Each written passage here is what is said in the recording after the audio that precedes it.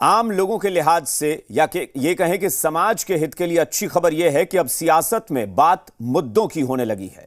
बात अब बेरोजगारी की होने लगी है। बात अब नौकरी की होने लगी है। दरअसल आज प्रधानमंत्री नरेंद्र मोदी ने 71,000 युवाओं को नियुक्ति पत्र बांटे। इसे लेकर अब विपक्ष ने बीजेपी पर तंज कसा है। तंज इस मायने में कि 2 करोड़ की बात करके कम से कम अब 10 लाख नौकरी पर तो आए हैं। वहीं बीजेपी ने बिहार में शिक्षक अभ्यर्थियों के मामले को लेकर राज्य सरकार को घेरा और पूछा जा रहा है कि बहाली कब होगी। सियासत में हो रही नौकरी की बात, केंद्र की नियुक्ति पर आरजेडी का तंज, शिक्षक बहाली पर बीजेपी का सवाल। देश के 71,000 युवाओं के बीच मंगलवार को नियुक्ति पत्र बांटे गए तो राजनीति इस पर भी शुरू हो गई। आरजेडी ने तंज कसा तो बीजेपी ने इस पर पलटवार किया।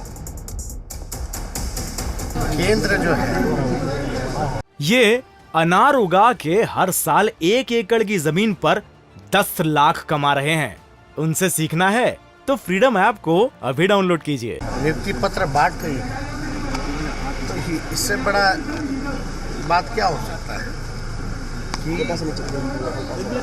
वही प्रशासनिक चीजें और कई खाली नियुक्ति ही पत्र नहीं, और भी कई ऐसी जो योजनाएं जिसको केंद्र ने अपनाने का काम किया। जो लोग दिन रात भेदभाव, हिंसा की बात करने वाले लोग, अमन चैन छीनने वाले लोग, कम से कम आज उनको नौकरी पे तो आना पड़ा ना। केंद्र की सरकार ने पहले ही घोषणा की थी कि 1 साल में 10 लाख लोगों को सरकारी नौकरी देंगे और उसी क्रम में 75,000 लोगों को नियुक्ति पत्र का वितरण पिछले बार किया गया और आज और 75,000 लोगों को किया जा रहा है।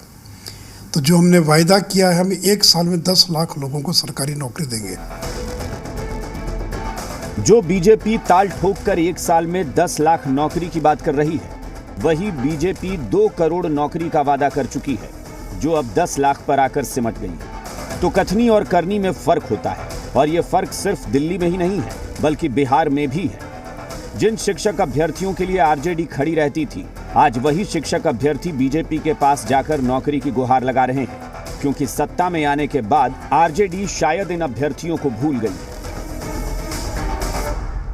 शिक्षक अभ्यर्थी जो है अपनी मांग को लेकर लगातार धरना प्रदर्शन कर रहे हैं और आज बीजेपी कार्यालय में इनकी उपस्थिति में प्रदेश अध्यक्ष डॉक्टर संजय जायसवाल ने प्रेस कॉन्फ्रेंस किया और साथ ही साथ कई सारे सवाल जो है वो खड़े किए। और हम लोगों की मांग 7th फेज प्राइमरी नोटिफिकेशन है। इसके लिए एनडीए की गवर्नमेंट के टाइम पे हम लोगों को एक शॉर्ट शेड्यूल मिला था कि 26 जुलाई से आप लोग का 7th फेज स्टार्ट हो जाएगा, लेकिन उसके बाद सरकार बदली और हम लोगों को ज्यादा एक्सपेक्टेशन था, लेकिन बावजूद 4 मंथ के हम लोगों का पटल पे कोई भी कार्य नहीं दिख रहा है। हम लोग भूख हड़ताल पे बैठेंगे, सभी महिलाएं जितनी भी हैं हम सभी लोग भूख हड़ताल बैठेंगे और भाई भी लोग बैठेंगे।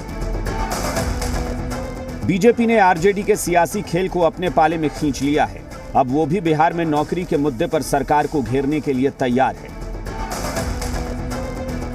दिसंबर से जो विधानसभा है, भारतीय जनता पार्टी अगर इसका निदान 13 दिसंबर तक नहीं निकाला गया तो किसी कीमत पर हम सदन नहीं चलने देंगे।